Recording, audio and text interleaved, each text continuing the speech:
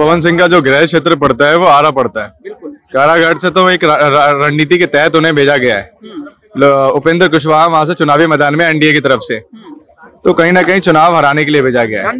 देखिए, भारतीय जनता पार्टी इस बार, आपको पता है कि भारतीय जनता पार्टी बहुत परेशान है। परेशान होने की स्थिति इनकी ये है कि कहीं ना कहीं उनके पास सीटों का गणित नहीं बन पा रहा। बिहार में बीजेपी कितनी, एनडीए कितना सीट लाएगी बताइए? 17, मोटा मोटी मान लीजिए 20 के समथिंग, 20 से 22, मात्र 20-22 एनडीए 100%। जैसे बक्सर लोकसभा की बात की जाए तो आज अश्विनी चौबे का एक स्टेटमेंट है कि यहाँ से मैं ही सांसद था, मैं ही रहूंगा और हमेशा मैं ही रहूंगा। चुनाव नहीं लड़ रहे, फिर भी उनका ये स्टेटमेंट है, तो सोचने वाला विषय है।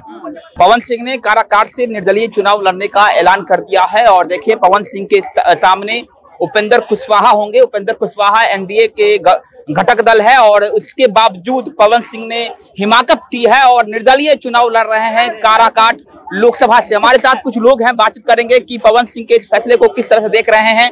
क्या नाम है आपका? राज सिंह। ये बताइए कि पवन सिंह ने निर्दलीय चुनाव लड़ने का ऐलान कर दिया है, किस तरह से देखते हैं आप? देखिए, पवन सिंह का जो गृह क्षेत्र पड़ता है वो आरा पड़ता है। कारागार से तो एक रणनीति के तहत उन्हें भेजा गया है।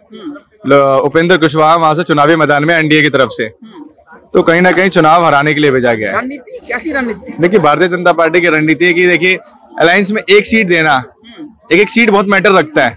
उनके पास क्या वोट प्रतिशत है उसको सोचते हुए, आगे बिहार विधानसभा चुनाव भी है, तो उसमें भी कहीं ना कहीं उपेंद्र कुशवाहा अपनी तरफ से डिमांड रखेंगे कि हमें सीट चाहिए विधानसभा में। तो इस रणनीति के तहत उनको खत्म कर देंगे तो कल को वो मुंह नहीं खोल पाएंगे।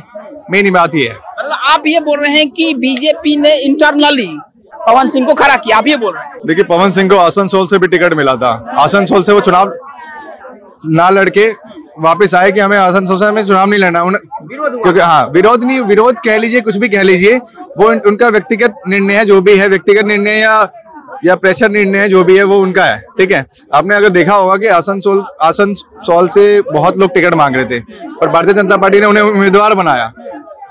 अभी आज शायद भारतीय जनता पार्टी ने वहां से भी अनाउंसमेंट करी है, आसनसोल से किसी कैंडिडेट एसएस आलूवालिया जो वहां से चुनावी मैदान में उतरे हैं। देखिए, भारतीय जनता पार्टी इस बार, आपको पता है कि भारतीय जनता पार्टी बहुत परेशान है। परेशान होने की स्थिति इनकी ये है कि कहीं ना कहीं उनके पास सीटों का गणित नहीं बन पा रहा। अगर 400 पार का नारा देने वाली पार्टी इतना टाइम लगा के अनाउंसमेंट, टिकटों का अनाउंसमेंट में कर रही है, तो कहीं ना कहीं सोचने का विषय है। बिहार में बीजेपी कितनी, एनडीए कितना सीट लाएगी बताइए? 17, मोटा मोटी मान लीजिए 20 के समथिंग, 20 से 22, मात्र 20-22 एनडीए 100%। 40 में 40 बोल रही है अभी। 20 से 22 क्या बात कर रहे हैं? लिख के ले लीजिए। 20 से 22 बोल रहे हैं, खाता नहीं खुलेगा इंडिया गठबंधन का। 20 से 22 कह रहे हैं हम आपको। 20 से 22 सीटें में सिमट जाएगी भारतीय जनता पार्टी, एनडीए गठबंधन। देखिए, बहुत ऐसी सीटें हैं जहाँ पे आप जाके देखेंगे, जैसे बक्सर लोकसभा की बात की जाए तो आज अश्विनी चौबे का एक स्टेटमेंट है कि यहाँ से मैं ही सांसद था, मैं ही रहूंगा और हमेशा मैं ही रहूंगा। चुनाव नहीं लड़ रहे, फिर भी उनका ये स्टेटमेंट है, तो सोचने वाला विषय है। मतलब बगावती तेवर अपना लिया तेवर है, बिल्कुल। 7 बार से एक लोकसभा सांसद रहे हैं, सेंट्रल मिनिस्टर रहे हैं, तो कहीं ना कहीं सोचने का विषय है ये। देखिए, साफ तरीके से पवन सिंह ने चुनाव लड़ने का ऐलान कर दिया है, जिसके बाद बिहार की सियासी में गर्माहट जो है वो बढ़ गई है। देखने वाली बात होगी कि पवन सिंह कितना मुकाबला दे पाते हैं, कितना चुनौती दे पाते हैं उपेंद्र कुशवाहा को। लेकिन पवन सिंह ने मैदान में उतरकर एक नया समीकरण तैयार कर दिया है और अब कहीं ना कहीं उपेंद्र कुशवाहा के लिए जो राहें है वो आसान होने वाली नहीं है, काफी मुश्किलें होने वाली है। तो देखना होगा कि पवन सिंह कितना चुनौती देते हैं उपेंद्र कुशवाहा को।